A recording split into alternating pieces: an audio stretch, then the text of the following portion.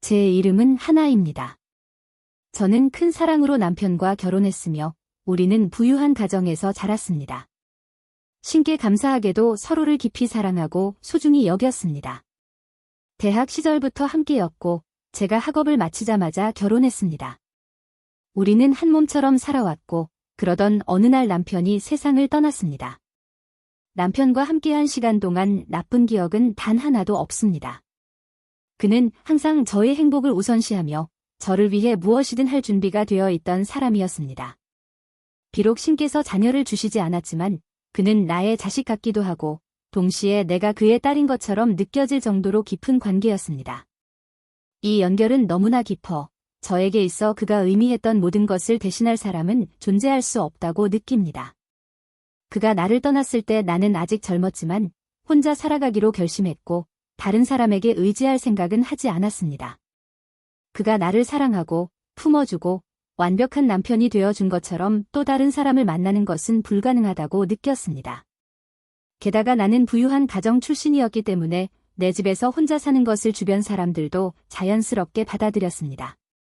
그래서 집을 떠나지 않기로 결정했습니다. 남편과 함께했던 일상을 나는 그의 죽음 이후에도 그대로 이어갔습니다. 그가 없다는 것만이 차이였고 우리가 함께했던 모든 일들을 그가 떠난 뒤에도 혼자 계속해왔습니다. 우리의 삶은 신을 향한 활동으로 가득 차 있었고 나는 그 활동들을 유지해왔습니다. 저는 좋은 직장에서 일했고 감사하게도 일을 마치고 집으로 돌아와 하루의 남은 시간을 남편과의 추억 속에 잠겨 있었습니다. 우리의 추억과 함께한 시간들이 제 일상이었습니다. 비록 고립된 삶을 살았지만 남성들의 관심을 피해 갈 수는 없었습니다. 직장이나 살고 있는 곳에서든 늘 저와 관계를 맺으려는 사람들이 나타났습니다. 그들 중 일부는 저를 보는 시선에 일종의 반감과 질투가 담긴 것 같았습니다. 마치 제가 젊음 속에서도 홀로 남편의 기억을 지키며 강하게 살아가는 모습이 그들에게는 불편함을 주는 듯했습니다.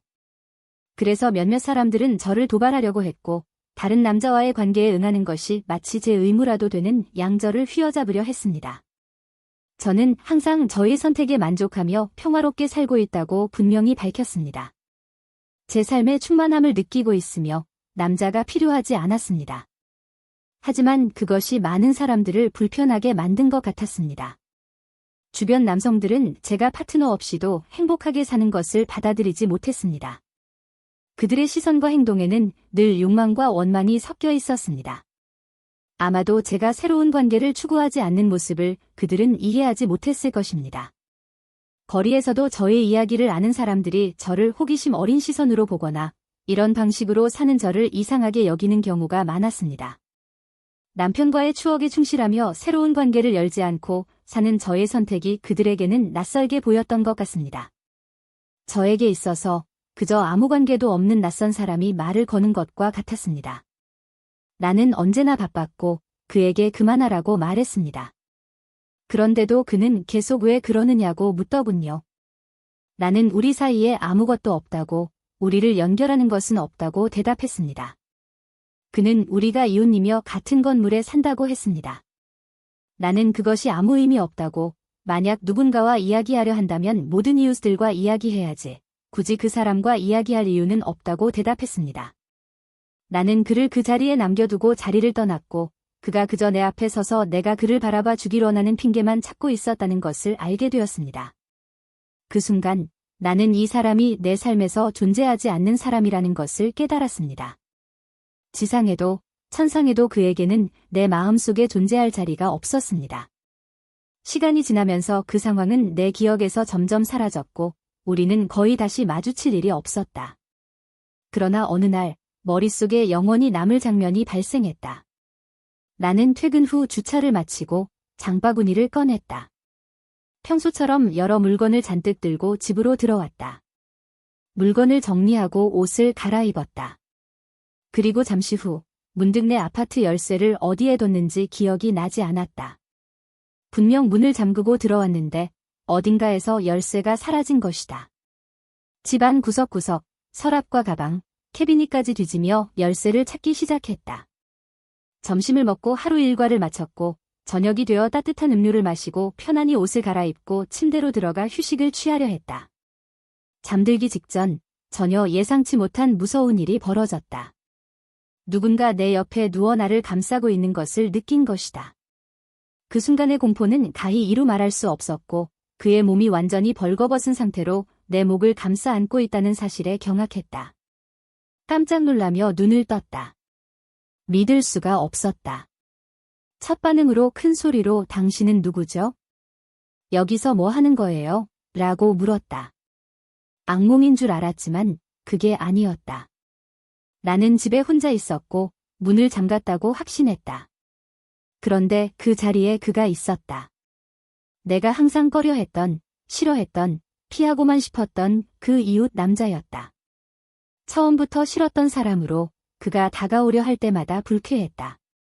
그는 이미 결혼했고 아이도 있었지만 그런 것에도 불구하고 내 공간을 침범하며 뭔가를 시도하려는 그가 옆에 있었다. 도저히 이해할 수 없었다. 어떻게 그가 내 아파트에 들어올 수 있었을까? 내 머릿속은 온갖 의문으로 가득 찼고 그는 어떻게 여기에 들어왔는지 밝혀내야만 했다. 어떻게 감히 이런 일을 하려 했는지, 그가 나에 대해 무엇을 알고 있다고 생각했는지 궁금했다. 그는 내가 누구인지, 나의 가치를 알고 있었고 나의 신념이 그런 것을 절대 용납하지 않으리라는 것을 알았을 것이다. 그 순간 나는 분노와 공포가 뒤섞인 감정을 느꼈다. 하지만 내가 무언가를 말하거나 행동하기도 전에 그는 칼을 꺼내 내 목에 바싹 대고 있었다. 그의 얼굴에는 냉담하고 거의 평범해 보이는 표정이 있었으며 마치 이 상황이 전혀 특별하지 않은 것처럼 보였다. 그는 나를 보며 음산한 미소를 지으며 말했다. 내가 열쇠를 문 밖에 두고 온 것을 발견하고 그것을 가져가 자신의 주머니에 넣었으며 그 후 나를 찾아와 하고 싶은 것을 다 하겠다고 했다. 그는 나를 쉽게 놓아주지 않을 것이라며 이제 내가 그의 손에 있다고, 그리고 지금 이 순간 그는 나에게 모든 것을 원한다고 말했다. 나는 공포에 질렸고 동시에 믿기지 않았다. 어떻게 그가 이런 지경까지 이를 수 있었을까? 그가 말하는 동안 나는 침착함을 유지하려 노력하며 그에게 말로 설득해보려 했고 내가 누구인지, 나의 가족이 누구인지 그에게 상기시키려 했지만 그는 전혀 개의치 않는 것 같았다. 내가 저항하려 하자 그는 비웃으며 내가 누구인지, 나의 도덕성 따위는 관심 없다고 말했다. 그리고 내가 알아차리기도 전에 차가운 칼날이 내 목에 닿아 있는 것을 느꼈다. 그것은 그가 주도권을 쥐고 있다는 분명한 경고였다. 그는 나를 굴욕적으로 몰아붙이며 자신이 원하는 것을 다 할 때까지 놓아주지 않겠다고 말했다. 또한 나를 그의 품에 안고 있는 장면을 찍어 만약 누군가에게 말하려 한다면 그 사진을 증거로 사용할 것이라고 위협했다. 나는 두려움에 굳어버렸고 무엇을 해야 할지 알 수 없었다. 그가 사진을 퍼뜨리겠다는 위협에 나는 할 수 없이 그의 요구에 따르게 되었고 그가 매우 단호하며 내가 조금이라도 반항하면 더 심각한 결과가 있을 것임을 알았다. 그의 손길 하나하나, 그의 모든 행동이 마치 날카로운 칼로 내 안을 찌르는 듯한 고통이었다. 그것은 순전한 절망의 순간들이었고 나는 매 초마다 산산조각 나는 기분이었다. 그는 만약 내가 저항하지 않고 기분 좋게 대한다면 모든 것이 더 쉽고 부드러울 것이라며 설득하려 했지만 그것은 오히려 나를 더욱 혐오감으로 가득 차게 했다. 마지막으로 그는 비웃으며 자신이 촬영한 영상을 보여주었고 그것이 자신이 언제든 다시 찾아올 수 있는 보증이라고 주장했다. 그리고 내가 두려워서 결코 그를 대면하지 못할 것이라고 말했다. 그는 다른 사람들에게 영상을 보낼 것이라고 위협하며 내가 누군가에게 이야기하기 전에 2번 생각하게 만들겠다고 암시했다. 그 순간 나는 그에게 그렇게 하지 말아달라고, 그 상황을 아무에게도 알리지 말아달라고 애원했다. 그는 영상을 보여주며 언제든지 나를 협박할 수 있을 것임을 분명히 했다. 바로 그때부터 나의 진정한 고통이 시작되었다. 폭력으로도 충분히 상처 입은 나에게 그 남자는 평화마저 허락하지 않으려 했다. 그는 나에게서 소중한 무언가를 빼앗았고 모든 것을 녹화하며 내 몸의 모든 부분을 관찰했다. 내 안의 고통은 참을 수 없는 것이었고 그가 떠나면서 언제든지 다시 나타날 수 있다는 말을 남기며 작별 인사를 할 때 나는 끊임없는 공포 속에 빠져들었다. 그는 모든 일이 끝난 후 열쇠를 나에게 던지며 이제 더 이상 그것이 필요 없다고 말하며 떠났다. 그는 내가 알고 있는 모든 것을 명확히 했다.